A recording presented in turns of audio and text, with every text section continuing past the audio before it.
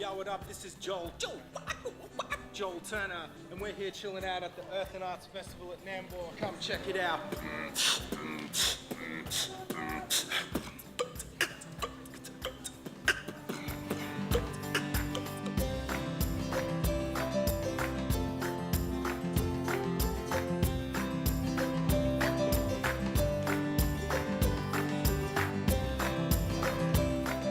This is a painting of the Great Barrier Reef to raise awareness for kids my age, so when we're older, the Barrier Reef will still be as beautiful as it is now.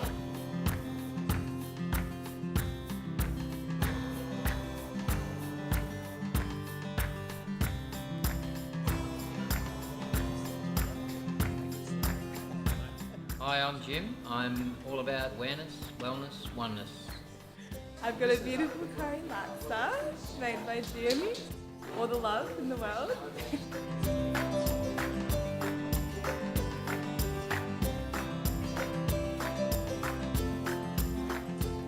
This is pure water made out of the atmosphere. Couldn't be better.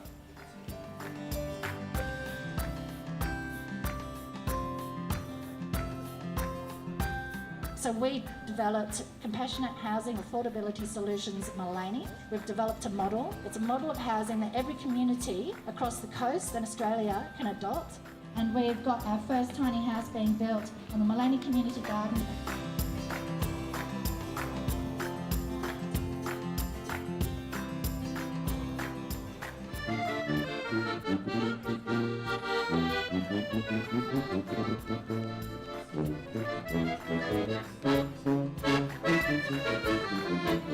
Hi, I'm Jimmy Hurst from Polka Dot. We collaborated with a group of great community leaders who work on the environment, the arts, and anything to do with the planet. Some great musicians and artists come through today, and it was a really good affirmation of people's views about being better to the planet and forming community around that.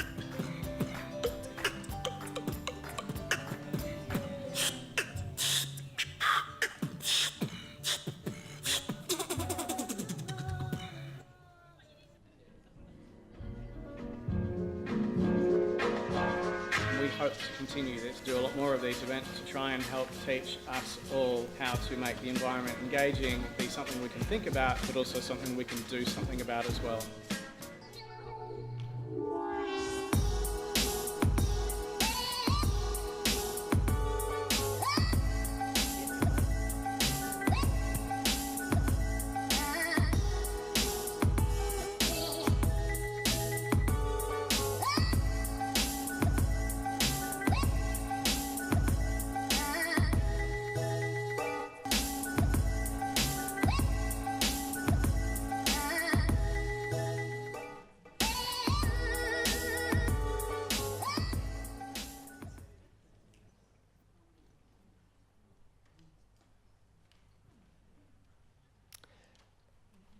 Good afternoon, everybody, again.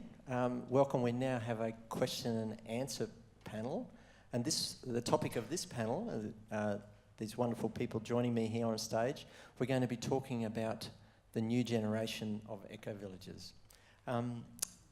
As I mentioned, I'm Jason, and I don't need to give any more introductions, but it'd be wonderful if you each could give an introduction for yourself, around 30 seconds. Your name and what's brought you here today in the area that you've been involved in. Yeah. We could do that. I thought I was safe sitting at this end of the things, that I'd be last. Yeah. Hello, I'm Fiona. I'm from Brookside Developments, and we build affordable, sustainable communities of small and tiny houses. We've got a project on in New Zealand at the moment in a place called Featherston, which is an hour north of Wellington, and we're also looking at how we can leverage the lessons learned of best practice there and then do a similar style of village here on the Sunshine Coast. And our key words, I guess, are around tiny and small housing, affordability, sustainability and community, and making sure that we can deliver that fairly quickly, because in New Zealand and Australia there is housing affordability major issues. Thanks. Hi, I'm Rick. I'm from Maleny. I'm with Smart Living Society Limited. We're a fairly new organisation.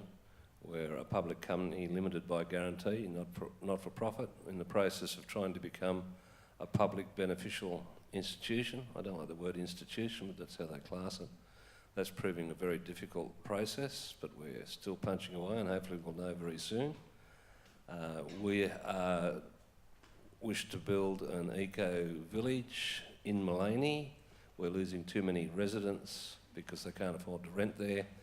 The difference between us and the other villages is we're purely for renters, and the idea is that we will provide dwellings for renters at somewhere between 30 and 35% of their pensions.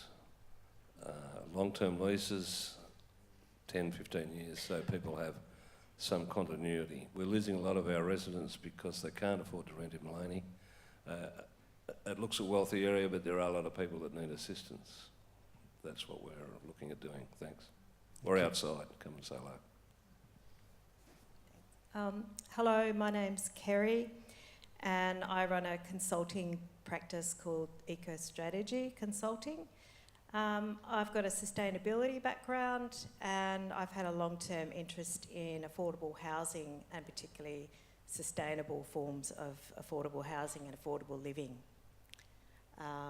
So yeah, a 30-year background in policy, and I've worked in government of every persuasion and every tier.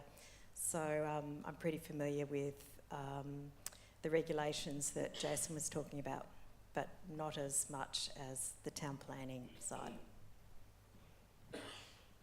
Hello, my name's Dean. I've got a passion for creating human habitats that are actually fit for people and truly sustainable. And since I was born, the population of the Earth has almost tripled. In another 20 years, it will have tripled. If we continue on with business as usual, which the current state of our so-called representative democracy, then the Earth is going to be uninhabitable. So my passion is to try and make what I call life bubbles, which is a protected human habitat that's capable of surviving even in the event of global warming, and with a focus on producing food and everything that humans need to thrive. I'm involved with the Udlow Life Bubble Eco Village, and yeah, we've set it up as a not-for-profit using the Community Land Trust Constitution, which we've modified. So that's my background. Thank you.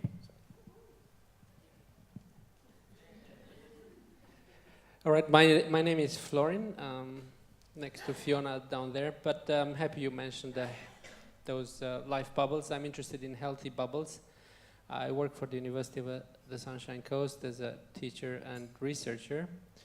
Main interest being health promotion, education, and how do we create healthy communities where people can be born healthy, grow up healthy, and pass on healthy. Thank you, everybody, for introducing yourself. Now it's open to the floor with the topic of building a new generation of eco-villages. Any questions from the floor? There's a wonderful wealth of knowledge here to draw from. And as you come, if you could say your name, hello, if you could say your name and share your question. If you need a little bit of an introduction, that's okay, but to share your question, yeah. Hi, my name's Maya. With all the stuff I'm observing, like the governments and mainstream generally are very behind the eight ball on all of this, and it always seems to be the fringe people, the alternative people that are seen to be the nutters that, 20, 30 years ago we were completely nuts, but now we're getting more and more, hey, they're onto something, but there's still such it's almost like we're still such a tiny slice in this massive pie, but it does feel like we're starting to creep into the mainstream more and more and become more acceptable. And I'd love for any of you to speak to where you see what you envision with that in terms of how much that might be something that's starting to like snowball roll down a hill and exponentially expand quickly because we need it to. That's kind of where I'm coming from. Thank you, Maya. So, I'll go first. That's an area that interests me greatly, the fact that we're not getting particularly the government support. One of our aims is to get people away from government support and get it back to community support, and there's a number of mechanisms to do that. But I particularly have some difficulties with politicians. In fact, one of them, I think, crosses the road when he sees me coming, because I want to start a group called the Cockatoo, not Destruction, I've got to say this right, the Cockatoo Disruption Group. So I'll be looking for some people here that are interested in getting this snowball going a bit quicker, and I'll be talking tomorrow a bit more about it. Because if you've ever seen a cockatoo, one of them can be a bit annoying pecking at the politician's window, but if I can get a flock, we can rip his office down, you know. You ever seen a flock of cockatoos? So the difficulty we've got is just total denial by all levels of government. And one of them said to me, or said to one of the directors, show me the statistics. I mean, you've only got to pick up a newspaper to know what's going on. They don't need any more statistics. Anyway, one level of government gave us $100,000 to research it, and we used it wisely. And now we've got ammunition to attack them with, to negotiate with them. The other politician, he just keeps lecturing me, Richard, you have to play within the rules. I say, no, when the system's broken, we've got to fix the system. So if you're here tomorrow and you'd like to sign up, now I suggested yellow vests, but one of the directors spat the dummy and said, no. I said, well, okay, we'll get blue vests with a nice big sulphur-crested cockatoo on the back. So whether we lobby or whether we get placards out or whether we just improve we're particularly interested in homeless people. So we're going to rent to homeless people or people in risk of homelessness. So what we need is some support in making the government stop ignoring that group and being happy with 175,000 people or 165,000 people on the waiting list for public housing. So we know they're not going to do it, we're going to have to do it ourselves. So the future, it's going to be tough. Rick, that direct action approach is, I can see a lot of passion there and generating interest. Is there anyone who has other points of view? Yeah? Yeah, thanks. I'd agree with all of what you said there, Richard. And I think having worked in government for as long as I have, I think just by nature governments are very risk averse. And I think the time has come, because I've been looking at these kinds of issues at least since the mid-70s and living through some of the protests and things that were going on in WA at the time, but also on the East Coast. I think the time has come where we don't seek permission to do those sorts of things anymore. We just go ahead and do it, and we apologise later and see what happens. A resounding yes. Thank you, Kerry. I'd just like to say that I totally agree with those sentiments. The time for talking and expecting that business as usual is going to sort out our broken democracy is over. We've basically, and you know, like, there's this huge cognitive dissonance that we have as a species. You know, like here we are talking about going and creating a colony on Mars. And the reality is, you know, we don't even know how to run a biosphere. And, you know, there's been no example of a biosphere on Earth that has actually allowed people to survive for more than a year.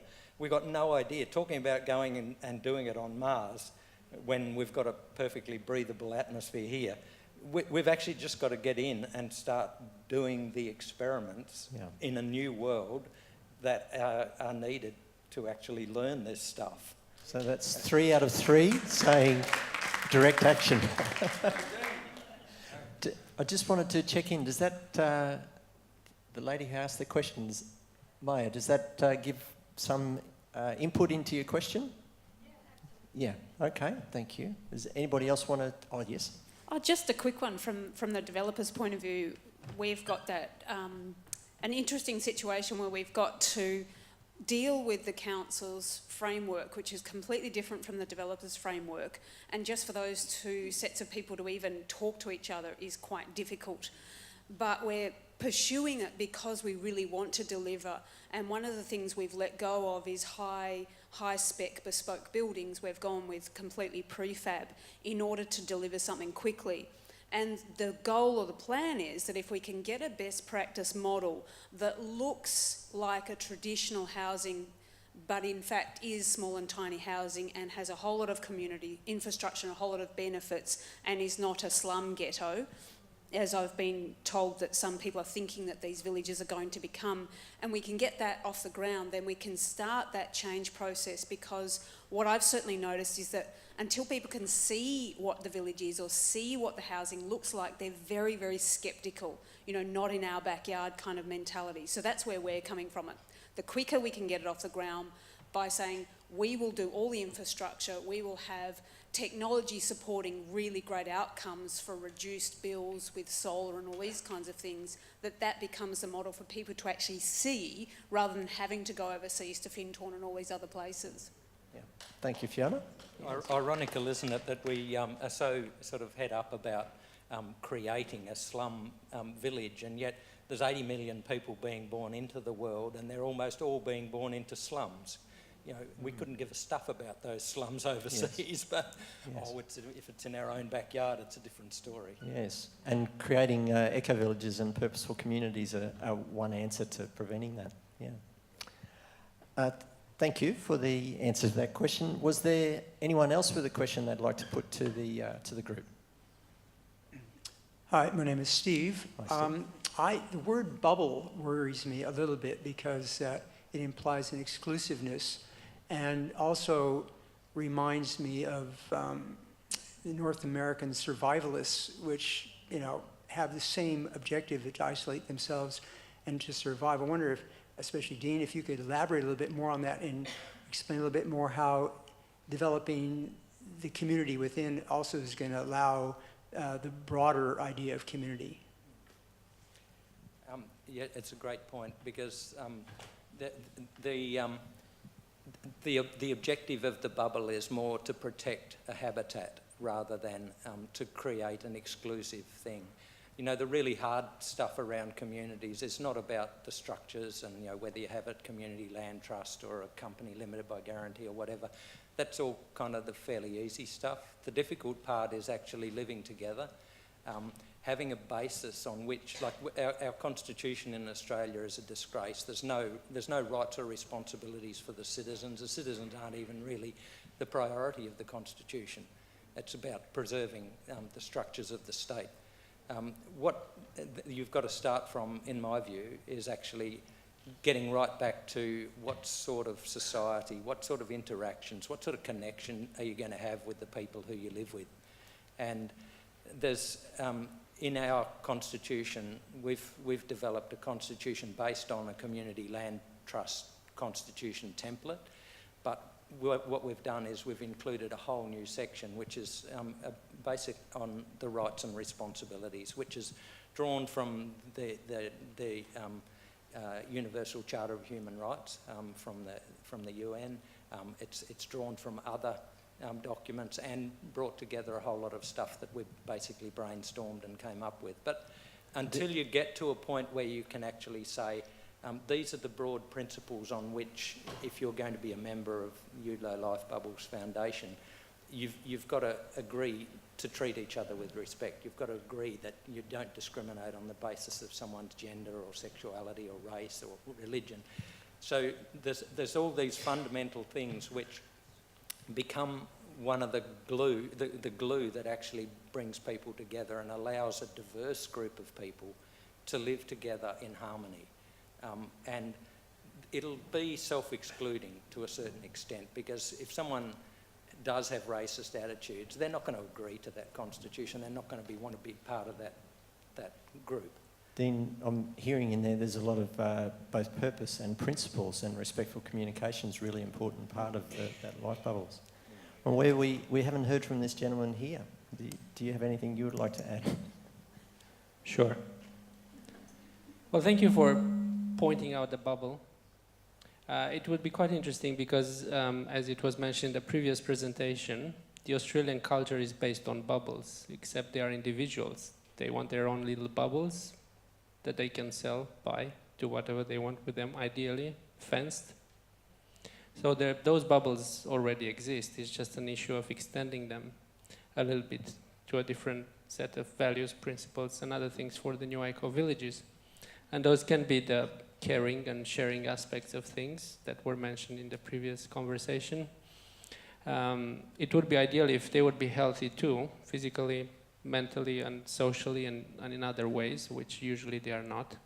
Councils in themselves are bubbles. States in Australia are bubbles. They have their own different laws, regulations, and everything else. And then if you want to influence government, you have a couple of pathways. One, find someone in your bubble who's willing to get and work into the government, because that's the easiest way to change. Much easier than lobbying. Second one, try through social issues like not-for-profits, that's fantastic. But also don't forget the for-profits, because corporations have a lot more benefits given to them by the existing rules. So there is no one to say that an eco-village cannot be profitable. I like your idea of being an education center. Why not be a profitable education center? That's it. Great. Thank you. Thank you, Florian. Now, I noticed there was a lady up there who had a question. We've got 2 minutes. So. Quick question. I'm Lani. We have a 30-acre property north of here. We've got a few sheep on it, some cattle, neighbours' cattle, chickens, and us. It's very hard to look after and have a job. We're not big enough to have an eco-village, but I'm here, like probably some other people in the audience who don't have a big enough area but have an interest in this. So how can we contribute to the next generation of eco-village? Lani, great question, great offer. And to put it to the group, we've got about 1.5 minutes. Does anyone have a short, succinct answer on that one? Come and see me outside at Smart Living. That's it? Okay. I was just going to say it's really good timing at the moment. Anyone who does, who's in the same circumstances as you, with excess land or wanting sort of more people to live perhaps in a mobile tiny home on bits of your land. The new Noosa plan is out at the moment for public consultation. I think it's open for 90 days. So now is a super good time to write to council and say that you're wanting this form of housing to be much more accessible within the Noosa Shire, and for that matter, anywhere else down the Sunshine Coast area with the Sunshine Coast Council. It's also election time, as we all know, federal parliament election coming up, state government elections. They are enormously good opportunities to put forward these ideas as widely as you can. So. Great stuff. Thank you, Kerry. Well, that's the end of our time, unfortunately. I'd like to sit here a bit longer. Perhaps these good people would as well. I'd like you to join me in thanking these people for giving them their time and their input. Thank you.